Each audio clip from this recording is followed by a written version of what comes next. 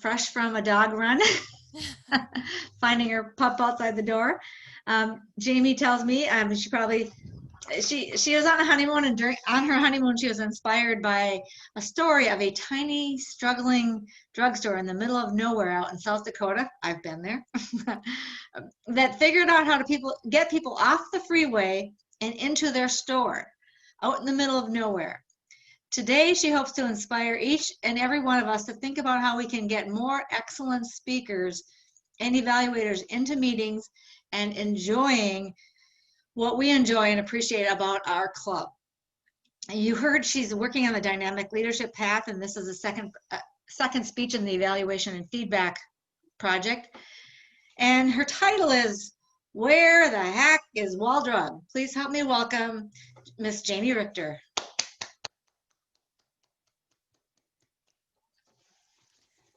Thank you, Toastmaster, fellow Toastmasters, and welcome guests. As Leo mentioned last month, I did get married despite the pandemic. It was a beautiful summer day at a barn east of St. Paul.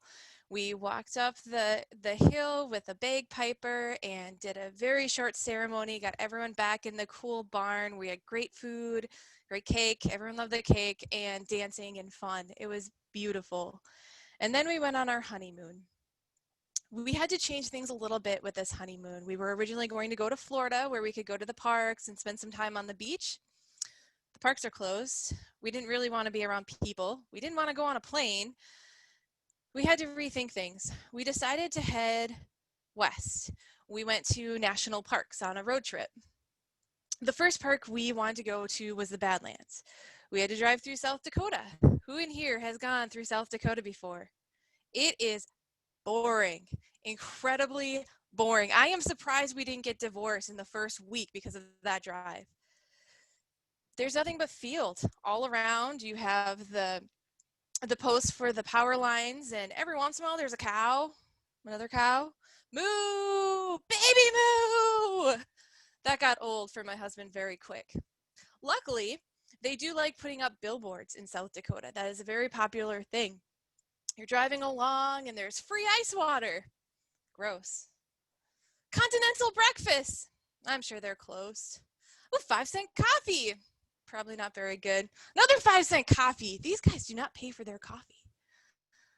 A T-Rex. I wonder if it's real.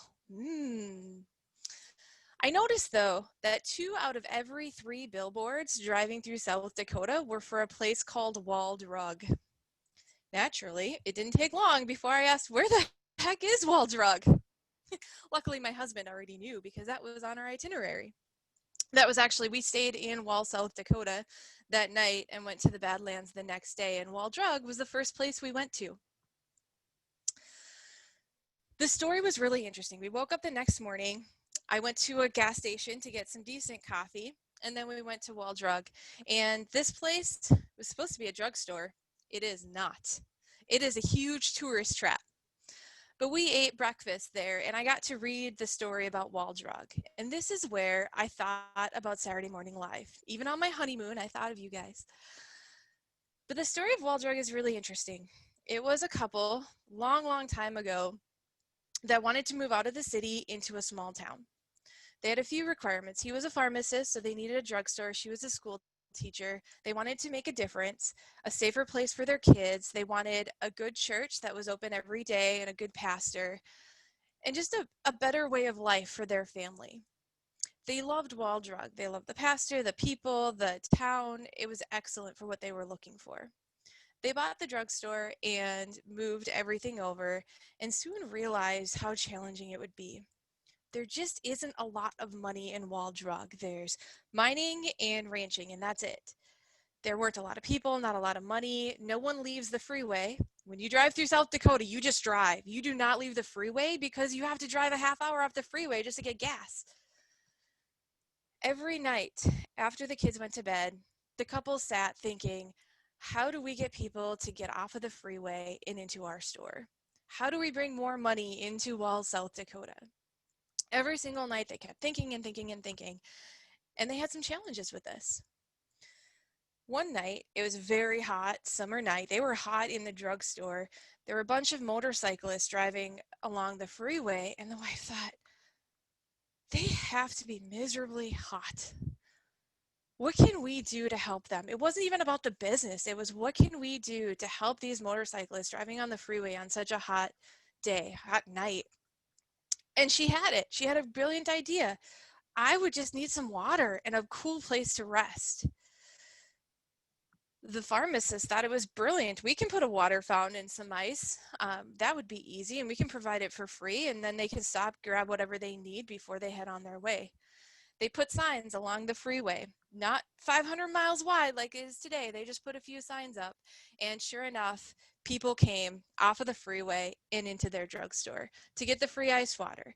They grabbed the necessities they need. Over time, they asked for more things like coffee and homemade food, homemade pie, ice cream. And now it is a full-on tourist trap. They have several levels of gift stores. They have an area that they rent out to different necessities. They have a chapel there. They have an outdoor area with their fountain and ice. That's free. They still have their 5-cent coffee. I did not try it, but their food was great. They have a restaurant.